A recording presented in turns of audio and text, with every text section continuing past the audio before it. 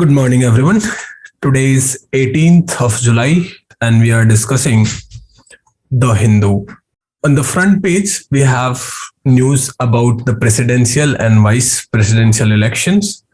It's almost set that Draupadi Murmu will win the election.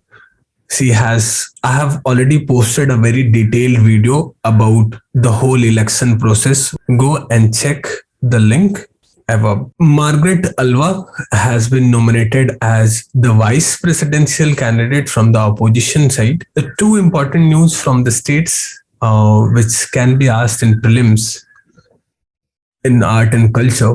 Annautu festival or Annayutu festival, which is celebrated in Thrissur in Kerala, is related to feeding of elephants. There's a very interesting backstory given here. You should read this. The another festival is Bonnalu festival, which is celebrated in Hyderabad. On the editorial page, we do not have much important editorials today. First editorial is about the role of governor and his political interference and all. The next article is about, again coming from the politics, why the Jagdeep Dhankar has been chosen as the vice president candidate. What is the process behind this? The next article is about the presidential race in USA. Although it's too early to say anything, the elections will be in 2024, but the battleground is already being set.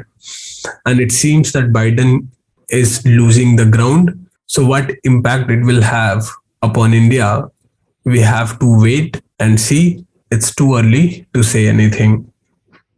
Biden is on his visit in West Asia, where he's trying to strengthen his relationship with Israel and Saudi Arabia. And the deal with Iran has almost faced a setback. The next article is about preserving the democracy in India. This article is talking about the role of opposition in any democracy.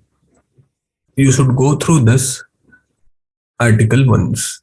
In the explainer section, we have a news from Kerala. Recently, Supreme Court passed an order that all the forest reserves should have at least 1 kilometer of buffer zone around them. So if this is the forest reserve, the 1 kilometer area around the forest should be reserved and the construction activities should be regulated in this area. Kerala government has problem with such a ruling because in Kerala the population density is very high and people live in close vicinity with the forests. If Kerala will implement this policy, a lot of people will be affected. They will have to vacate their houses, they have to stop their economic activities in such areas, and it can affect about 1.5 lakh families. So Kerala wants the government to make a different law or give some exception to the Kerala. 32 bills listed for monsoon session. So the new monsoon session is starting from today, and in this government has decided that they will be tabling 32 bills and will try to get that passed. Opposition is saying it's a very short period to discuss 32 bills merely in a period of 14 days. This is a list of the bills about which you will be reading in the future again in more detail. The next news is about decommissioning of Sindhu Dwaj. Sindhu Dwaj was a submarine of Kilo class. It was acquired from Russia. There are other submarines of different classes, different categories, like Russian Kilo class, German HDW, French Scorpion submarines, and India's own indigenous Arihant submarine. So you should try to read more about the vehicles that Indian Navy has. Next important news is about the status of farm loan waivers. In the recent few years, 9 state governments have announced loan waivers for farmers. But a study by SBI is saying that in many of the states, only 5% farmers have got the actual benefit. So if we take the overall average, less than 50% farmers have been benefited from this.